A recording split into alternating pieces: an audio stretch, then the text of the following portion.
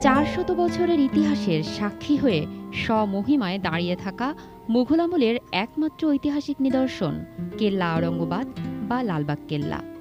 পুরান ঢাকার লালবাগ এলাকার বুড়িগঙ্গা নদীর কূল ঘেঁষে এর অবস্থান। শুরুর দিকে এই কেল্লার নাম ছিল কেল্লা আওরঙ্গাবাদ।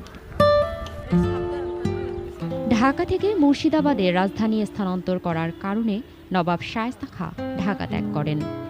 মুঘল আমল সমাপ্তির পর অবহেলা অনাদরে দীর্ঘদিন পড়ে থাকে দুর্গটি। 1844 সালে এলাকার নাম আওরঙ্গাবাদ থেকে পরিবর্তিত হয়ে লালবাগ হয়। এলাকার নাম লালবাগ হওয়াতে দুর্গটিও লালবাগ দুর্গ হিসেবে পরিচিতি পেতে শুরু করে। কালের পরিক্রমায় কিছুটা মলিন আর ভঙ্গুর হয়ে গেলে 1910 সালে প্রত্নতত্ত্ব বিভাগের আওতায় এনে সংস্কারের মাধ্যমে পূর্বের রূপ ফিরিয়ে আনা হয়। ধীরে ধীরে দৃষ্টি আকর্ষণ করতে থাকে পর্যটকদের।